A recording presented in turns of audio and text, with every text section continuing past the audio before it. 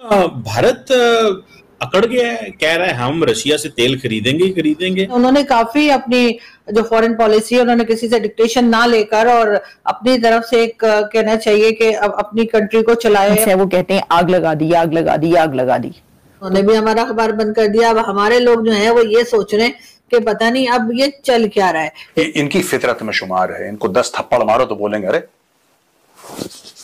कैसा लग रहा है मेरा चेहरा। They are those kind of people. Prime minister Modi ने आज जो स्पीच की है, कहा जा रहा है ये उनकी 12वीं स्पीच है। 103 मिनट वो बोले हैं, लेकिन उस स्पीच में सबसे पहले जो उन्होंने अपने अच्छे अल्फाज इस्तेमाल किए हैं वो पाकिस्तान के बारे में, कि पाकिस्तान को जो है वो वार्निंग दे दी है और पाकिस्तान को ऑपरेशन सिंदूर के अंदर जो है वो वार्निंग दी है।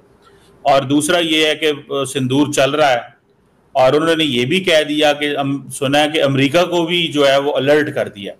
ठीक है, वो कह रहे हैं कि जी अमेरिका, पाकिस्तान को वार्निंग दे दी है, अमेरिका को क्लियर मैसेज अलर्ट कर दिया।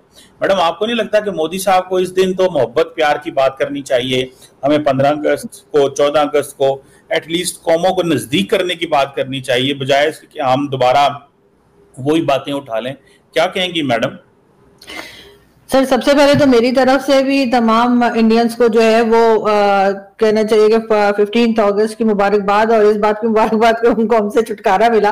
लेकिन सर, 14 अगस्त में हमारे प्राइम मिनिस्टर ने क्या बात की, हमारे प्रेसिडेंट, हमारे लोगों ने क्या कोई मोहब्बत का पैगाम भेजा है? आपको लगता है इन्होंने भी तो यही बातें की है ना कि हम देख लेंगे, पानी बंद किया तो ऐसा कर देंगे, और फिर इसी किस्म के statement Bilawal Bhutto Zardari, prime minister Shehbaz Sharif हो, चाहे डिफेंस मिनिस्टर हो, इनके तमाम की यही स्टेटमेंट है, यही धमकियों वाली स्टेटमेंट है। तो उधर से आपका क्या ख्याल है कि आप यहाँ से इस तरीके से अगर आप लोगों को डराएं धमकाएंगे तो उधर से क्या फूल आएंगे? उधर से भी यही होगा। मुझे नहीं पता आप कभी वाघा बॉर्डर गए, यानी मैं एक बार गई हूँ कुछ 2 साल पहले। तो हमारी तरफ से उनकी साइड पे जो सॉन्ग्स बज रहे थे वो हार्डली घर में सुन पा रही थी, लेकिन ये कि वो ऐसी थी, वो चक दे इंडिया और इस तरह के थे ना, वो जो मूवीज में होते हैं। और हमारे साइड पे जो तराने या गाने बजाए जा रहे थे वैसे थे कि हम दुश्मन का सर काट देंगे, तो हम ऐसा कर देंगे, वैसा कर देंगे, इस किस्म के थे। और इतना लाउड लगा रखा था कि हम दूसरी साइड की आवाज जो है बहुत मुश्किल से सुन पा रहे थे। तो सर, नफरतें आप देंगे तो जवाब में फिर नफरत ही मिलेगी ना, जवाब में कोई लड्डू तो आएंगे नहीं। तो इस चीज को भी तो हमें देखना चाहिए। और प्राइम मिनिस्टर शहबाज शरीफ हो, चाहे हमारे आर्मी चीफ हो, अभी अमेरिका गए थे, वहां जाकर भी उन्होंने 2-4 भड़के लगा दी। उसके बाद यहाँ से भी जब हम इसी किस्म की बातें करेंगे, या तो हमने कोई दोस्ती की बात की हो, हमने कोई अमन से रहने की बात की हो, तो दूसरा भी वही जवाब देगा ना। आप जिस जबान में बात करेंगे आपको उसी जबान में जवाब भी मिलेगा। मैडम, वो तो बात ठीक है आप कह रही हैं, तो पाकिस्तान ने तो कोई ऐसी कोई लड़ाई की बात नहीं की। पाकिस्तान ने तो यही कहा है कि कई दफा कहा है कि आए, हमें बात करनी है, टेबल पे बैठना है। अगले दिन भी प्राइम मिनिस्टर ने ये बात की है। हम टेबल पे बैठने की बात करते हैं, भारत हमें मारने की बात करता है। मैडम, थोड़ा सा तो है ना फर्क। सर देखिए, वो तो हमें अपनी तरफ से कोई स्टेप भी तो लेना होगा ना। जिन लोगों को हमसे सालों साल से नाराजगी है, जो हमें बार बार ब्लेम कर रहे हैं, मुख्तलिफ उनके अटैक जो हुए हैं उसके ऊपर, वो हमने किए नहीं किए उसके ऊपर तो मैं डिबेट नहीं करूंगी, लेकिन जाहिर है कि हमारी तरफ कुछ ना कुछ उन्होंने इल्जामात लगाए और उनके लिए उन्होंने सबूत भी दिए, हम नहीं माने। तो अब वो क्या करें? आपकी तरफ से वो आप कहेंगे डायलॉग, और आप डायलॉग क्या करेंगे? वो अगर फर्ज करे वो आ जाते हैं बातचीत करने, वो कहेंगे कि जी आपके यहाँ फलाना टेररिस्ट है, फलाना टेररिस्ट है, हाफिज सईद है, ये है वो है। आपने कह देना नहीं, वो तो है ही कोई नहीं। तो वो क्या बात करे आकर? आप खुद बताएं। जवाब तो हमें अभी से पता है कि हमारे यहाँ से क्या रिप्लाई जाएगा।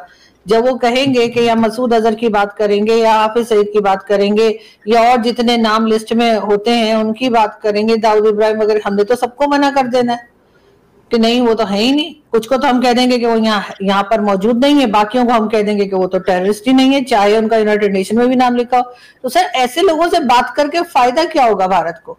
या तो अपनी तरफ से कोई ऐसा स्टेप लिया जाए ना कि हम कहें कि हाँ, हम इस चीज को सॉल्व करने में सीरियस हैं, हाँ हम इस इशू को खत्म करना चाह रहे हैं। मैडम, दहशतगर्दी तो पाकिस्तान में होती है। अभी इस महीने 4 पाकिस्तानी मेजर शहीद हुए हैं, 20-25 पाकिस्तानी जवान शहीद हुए हैं। अब सवाल ये पैदा होता है कि एक्टिव डेली बुनियादों पे पाकिस्तान के फौजी शहीद हो रहे हों और हम ये बात कह रहे हैं कि जी हम अपनी पोजीशन क्लियर करें, हम अपना जो है वो अपने आप को ठीक करें। मतलब अब पाकिस्तान का भी तो ये मौकफ है ना कि भारत पाकिस्तान में प्रॉक्सी कर रहा है। तो मैडम एक्चुअल बंदे तो अगर फॉर एग्जांपल 4 मेजर इंडिया में जो है वो जान से चले जाएं तो इंडिया क्या करेगा? वो कहेगा अपने पाकिस्तान पे हमला करना है। पाकिस्तान के अंदर होते हैं, इंडिया कह रहा है, पाकिस्तान कह रहा है, इंडिया कर रहा है, लेकिन हम फिर भी उसको मैनेज करने की कोशिश कर रहे हैं। जो राहुल गांधी ने ये कहा था कि अगर इंडियन हुकूमत ये समझती है कि कश्मीर के अंदर या इंडिया के अंदर कोई वाकया हुआ and they call it an act of war, तो इसका मतलब यह है कि बेसिकली तो जंग का इख्तियार आपने दहशतगर्दों को दे दिया भारत और पाकिस्तान के बीच में। तो जब पाकिस्तान के फौजी शहीद हो रहे हैं तो वो तो नहीं कह रहे हम इंडिया पे हमला कर देंगे, वो कह रहे हैं इसको मैनेज करना पड़ेगा, चीजों को देखना पड़ेगा। तो आपको नहीं लगता कि इस सिनेरियो को भी तो देखना पड़ेगा? वन साइडेड स्टोरी कैसे चलेगी, कितनी देर चलेगी? सर इंडिया पे तो हमला तब कर देते ना जब वहां पर टेररिस्ट होते। जब टेररिस्ट अपने ही हमने बिठा के रखे, हमने खुद ही बनाए हैं, हमने खुद ही प्रोड्यूस किए हैं, चाहे वो जनरल परवेज मुशर्रफ ने कहा हो, चाहे अभी आपके डिफेंस मिनिस्टर ख्वाजा आसिफ साहब ने कहा हो कि हम 30 इयर्स मिलिटेंट्स को पालते रहे, हमारी गलती थी, हम डॉलर लेके ही करते रहे। तो जब आपके बिलावल भुट्टो जरदारी ये कहते हैं कि पाकिस्तान की एक हिस्ट्री रही है और उस पर हमें शर्मिंदगी है, तो सर फिर जब टेररिस्ट यहाँ पर होंगे तो हम भारत पे हमला क्यों कर देंगे? सब लोग तो यहाँ बैठे हुए, तो ऐसा थोड़ी है कि वो लोग यहाँ पर मौजूद हैं, चाहे वो टीटीपी के लोग हों, चाहे वो बीएलए के लोग हों, चाहे वो ये टीएलपी के लोग हों, या बाकी बहुत सारी और भी ऑर्गेनाइजेशंस हैं, आप जानते हैं हाफिज सईद की और किस किस की। तो ये लोग अगर यहाँ बैठे हैं तो मुझे समझ नहीं आ रही कि हम भारत पे अटैक क्यों कर देंगे।